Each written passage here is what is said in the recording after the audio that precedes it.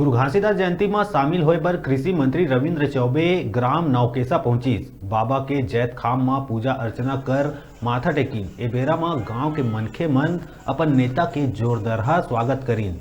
मंच ले कृषि मंत्री रविंद्र चौबे और आए अतिथि मन ला प्रतीक चिन्ह भेंट कर स्वागत करीन। ए बेरा में गांव के जनप्रतिनिधि अपन नेता रविंद्र चौबे के जोरदार स्वागत करी। सभा ला संबोधित करत रविंद्र चौबे समाज के लोगन ला बाबा के बताए मार्ग में रेंगे के बात कही।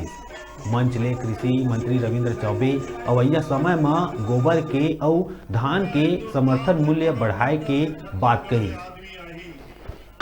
छत्तीसगढ़ की धरती बाबा की धरती है। जो पर्व लगातार हम लोग मनाते हैं और संकल्प लेते हैं कि उनका आशीर्वाद जो हम लोगों को है इसी प्रकार बना रहे और उनके रास्ते पे चल करके हम छत्तीसगढ़ का विकास करें। आज बहुत भव्य कार्यक्रम में नौकेसा आने का सौभाग्य मिला। मैं नौकेसा के अपने सभी भाइयों को बहुत बधाई और शुभकामनाएं देता हूँ। रुकातन छोटकुन ब्रेक ले पर देखत रहा न्यूज़ 36 छत्तीसगढ़ की आवाज़।